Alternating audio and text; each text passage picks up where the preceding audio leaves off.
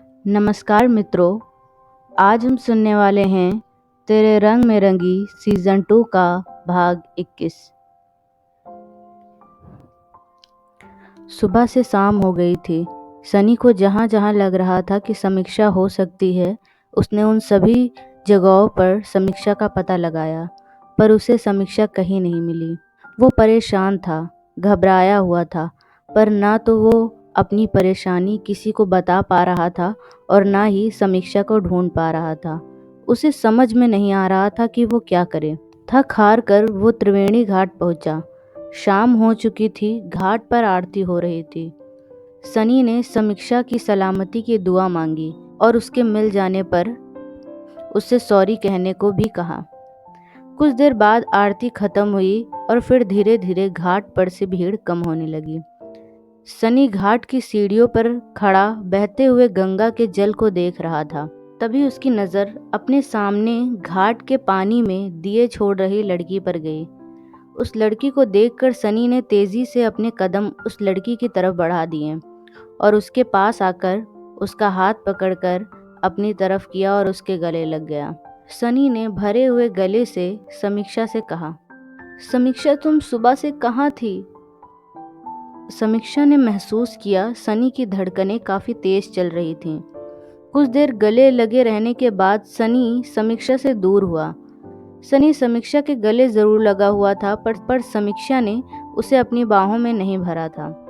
सनी उससे अलग होकर उसे देखकर कहता है, तुम ठीक तो हो ना? और ये बताओ तुम सुबह से कहाँ थी? मेरा फ़ोन क्यों नहीं उठा रही थी? तुम्हें पता भी है कि मैं सुबह से तुम्हें पागलों की तरह जाने कहाँ कहाँ ढूंढ रहा हूँ। सनी की इस बात पर समीक्षा ने उसके हाथ को अपने हाथों से झटक दिया और उसकी आंखों में देखकर कहा, क्यों ढूंढ रहे थे? मैं तो वैसे भी तुम्हारे लिए एक सिरदर्द हूँ, तो इस सिरदर्द को क्यों ढूंढना चाह रहे थे?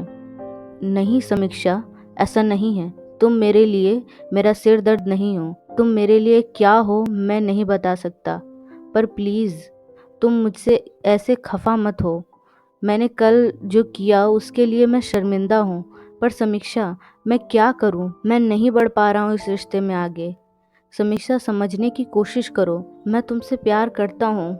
आई लव यू, बट मैं तुम्हें वो खुशी नहीं दे पाऊंगा जो तुम डिज़र्व करती हो। मैं तुम्हें वो प्यार नहीं दे पाऊंगा जो हर लड़की अपने हस्बैंड से चाहती है। मुझे माफ़ करना कि मैंने ये बात छुपाई, पर मैं डरता था कि अगर मैंने ये बताया तो तुम भी मुझे बाकी सबकी तरह छोड़कर चली जाओगी। पर मैं अब अकेले नहीं रहना चाहता। मुझे माफ़ करना कि मैंने अपने स्वार्थ के लिए तुमसे सच छिपाया। मैं भूल गया था कि मेरे स्वार्थ की वजह से तुम्हारी खुशियाँ छीनी जा रही हैं। समीक्षा ने यह सब सुना तो उसे कुछ समझ में नहीं आया। उसने सनी की तरफ देखा और फिर उसकी आंखों में देखकर कहा, सनी तुम क्या कहना चाहते हो? मैं कुछ समझ नहीं पा रही हूँ। तुम मुझे वो प्यार नहीं दे सकते का क्या मतलब है? प्लीज सनी साफ साफ बताओ। समीक्षा की ये बात सुनकर सनी ने अपना सिर झुका लिया और धीरे से कहा, मुझे माफ़ करना, पर मैंने तुमसे एक सच छिपाया और वो ये है कि मैं तुम्हें कभी माँ बनने का सुख नहीं दे सकता। ये सुनकर समीक्षा 2 कदम पीछे हो गई और सनी को देखने लगी। सनी उसकी नज़रों को खुद पर महसूस कर पा रहा था, इसलिए उसने सिर झुकाए हुए ही कहा, पिछले साल मैं ट्रैकिंग के लिए एक जंगल में गया था।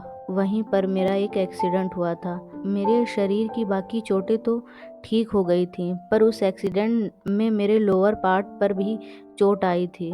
मैंने काफ़ी इलाज करवाया, पर डॉक्टर ने मुझे बताया कि मैं कभी किसी लड़की को माँ बनने का सुख नहीं दे सकता, कभी नहीं। ये कहते हुए सनी की आंखों में आंसू थे और उसकी आवाज़ में एक दर्द। समीक्षा ने कुछ नहीं कहा और फिर घाट से जाने लगी। सनी ने उसे जाते देखा तो कहा, समीक्षा समीक्षा कहाँ जा रही हो? ये बोलते हुए वो समीक्षा के पीछे आया। समीक्षा सुबह अपनी कार से यहाँ आई थी। वो अपनी कार में बैठी और कार स्टार्ट करके वहाँ से निकल गई। सनी बस देखता ही रह गया। सनी का मन अभी भी बहुत घबरा रहा था। वो अपनी कार के पास आया और कार में बैठकर समीक्षा के पीछे निकल गया। पर रास्ते में ट्रैफिक काफ़ी ज़्यादा होने के कारण समीक्षा उससे आगे निकल गई। उसकी कार दिख नहीं रही थी। कुछ देर बाद समीक्षा ने सनी के विला के सामने अपनी कार रोकी और कार से उतरकर अंदर चली गई। कुछ देर बाद सनी भटकते हुए विला पहुंचा। वो अंदर आया तो उसे हॉल में कोई नहीं दिखा, इसलिए वो सीधा अपने कमरे की तरफ बढ़ गया। कमरे में आया तो देखा समीक्षा सोफे पर लेटी हुई थी। सनी उससे बात करना चाहता था, अपने मन की सारी बातें उसे बताना चाहता था, पर समीक्षा को सोफे पर आंख बंद किए लेटा देख वो बाथरूम में चला गया। दूसरी तरफ वर्तिका और ऋषभ ऑफिस में कुछ देर काम निपटाने के बाद पार्क की ओर निकल जाते हैं। ऋषभ का तो ज़्यादा मन नहीं कर रहा था, लेकिन वर्तिका की जिद के आगे उसे झुकना पड़ा। पार्क में दोनों ने जमकर मस्ती की, हंसी मजाक करते हुए समय कब बीत गया पता ही नहीं चला। ऐसा लग रहा था जैसे वर्तिका ने आज पहली बार ऋषभ के साथ इतना समय बिताया हो। रात का अंधेरा छाने लगा तो दोनों घर लौटने के लिए कार में बैठ गए। वर्तिका किसी छोटे बच्चे की तरह सीट से सिर टिकाए सो रही थी और ऋषभ भी कार को बहुत धीमे धीमे और संभाल कर चला रहा था ताकि वर्तिका की नींद ना टूटे। कुछ देर में वे गंगा निवास पहुंच गए।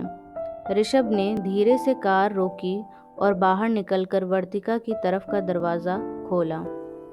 उसने वर्तिका को अपनी गोद में उठाया और बड़े ही प्यार से उसे घर के अंदर ले आया। घर के अंदर सन्नाटा पसरा हुआ था क्योंकि इस समय घर में ज़्यादा लोग नहीं थे। दादा दादी अपने कमरे में थे और छोटे चाचा चाची काशी की यात्रा पर गए हुए थे।